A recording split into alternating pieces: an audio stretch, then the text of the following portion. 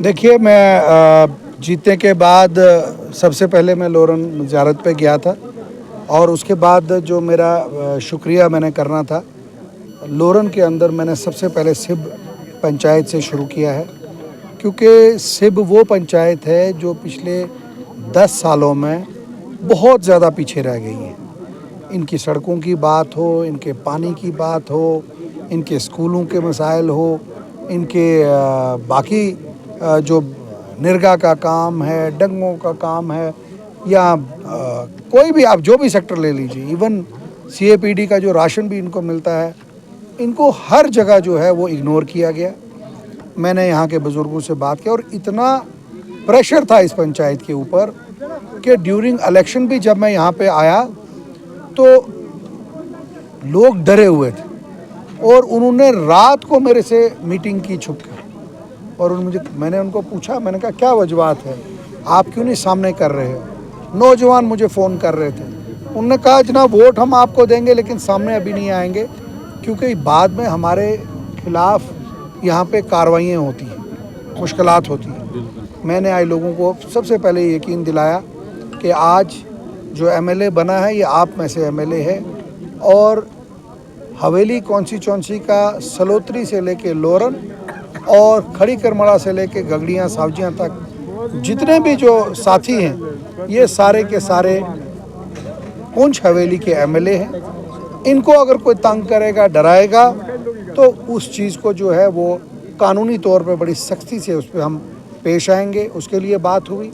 यहाँ पे स्कूलों की कंडीशन बहुत ख़राब है, सड़कों का वो हाल है, मैं कहता हूँ कि इस सड़क के ऊपर गाड़ी तो दूर, मुझे लगता है कि जब कोई पेशेंट, जैसे यहाँ पे एक दो तकरीरों में इन्होंने कहा, जब कोई पेशेंट यहाँ से पुंछ जाता है तो मंडी पहुँचते पहुँचते उसका हाल जो है वो हाल होता है कि जितना वो बीमारी से बीमार नहीं होता जितना जिसे वो वहाँ पे यहाँ पे हॉस्पिटल की हालत ख़राब है।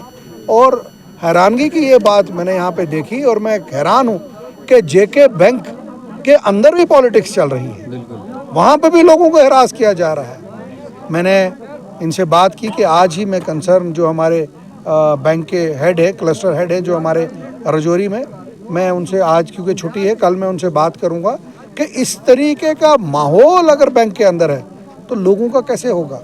लोग बता रहे हैं कि लोगों को जो लोन की स्कीमें हैं वो स्कीमें तक इनको नहीं बताई जा रही हैं। यहाँ तक कि कॉपी के ऊपर एंट्री चढ़ाने के लिए इनको 5-5 घंटे वहाँ बैंक में बैठना पड़ता है, फिर उसके बाद बैंक की इनकी एंट्री होती है।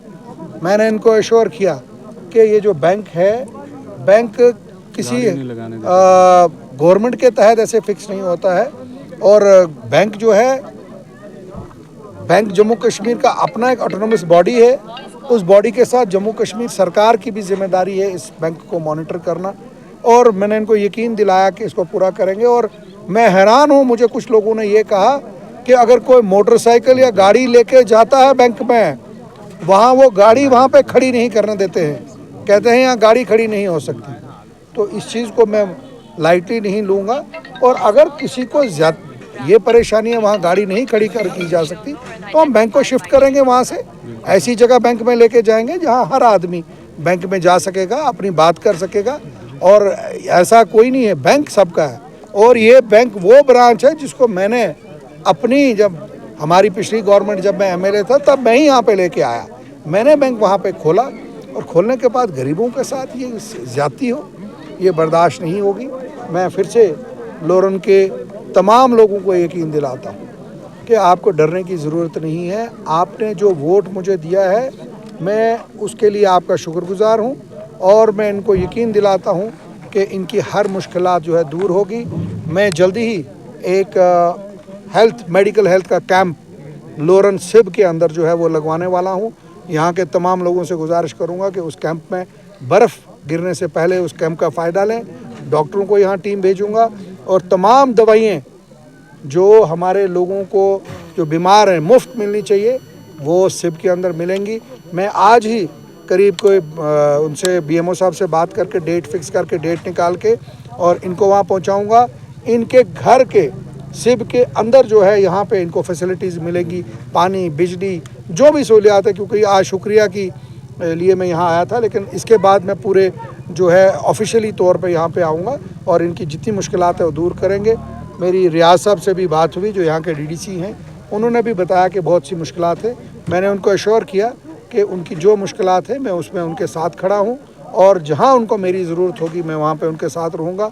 और फिर से मीडिया को भी गुजारिश करूँगा कि जब कैंप हमारा यहाँ पे हो तो उस कैंप में उसको वाइडर पब्लिसिटी हो ताकि ये नौजवान बच्चे जो है वो आगे लाएँ। और यहाँ के सिब के जो नौजवान बच्चे हैं उनके लिए मेरी तरफ से ये थम्स अप है। जो उन्होंने इलेक्शन में काम किया है उसके लिए थम्स अप है। और इन्होंने साबित किया कि जलसे मीटिंगों से कुछ नहीं होता। अगर नौजवान चाहें तो वो रात को दिन के खामोशी से एक सैलाब ला सकते हैं। वो सैलाब इनने लाया, उसके लिए इनको मुबारकबाद। कि जो 10 सालों से यहाँ सरकार रही, उस सरकार ने इतने ज़ख्म लगाए हैं हमारे लोगों पे कि ये एक रात में या एक महीने में या 6 महीने में पूरे नहीं हो सकते। मैंने इनको यकीन दिलाया है, मैं सारी कंसर्न अथॉरिटी से बात करूँगा।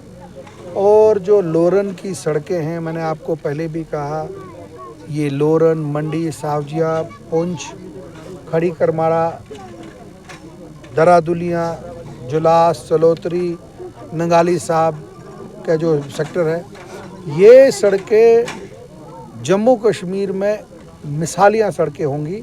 थोड़ा सा मुझे ये वक्त दे, मुझे टाइम दे, मैं खुद इनके लिए चाहे मुझे कुछ भी करना पड़े, ये सड़कें जो प्रायोरिटी पे होंगे। और सिब की मैं खास करके कहूँ, लोरन सिब मेरा अपना गांव है आज के बाद। जेरा स्कीम और आरईटी को लेकर क्या कहते हैं? आरईटी के लिए मैंने असेंबली में भी बोला और हम कोशिश कर रहे हैं आरईटी को दोबारा रिवाइव किया जाए, आरईटी चलाया जाए। अब ये देखिए, हमारे साथ स्कूल है, 6-7 स्कूल क्लब करके यहाँ डाल दिए।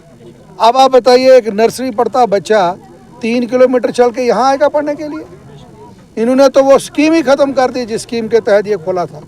तो अब एक तो सारे स्कूल क्लब कर दिए, और क्लब करने के बाद कम से कम कमरे ही 2-3 बना देते, बच्चे वहाँ बैठते, खुले आसमान के नीचे बच्चे बैठते हैं।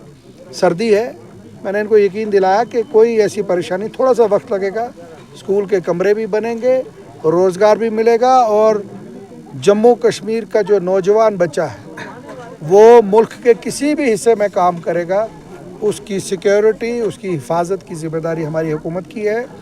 और 8 तारीख को जो रिज़ल्ट जम्मू कश्मीर में निकला है, उसके बाद जम्मू कश्मीर का हर इंसान आज चैन की नींद सो रहा है, बिना डर के सो रहा है।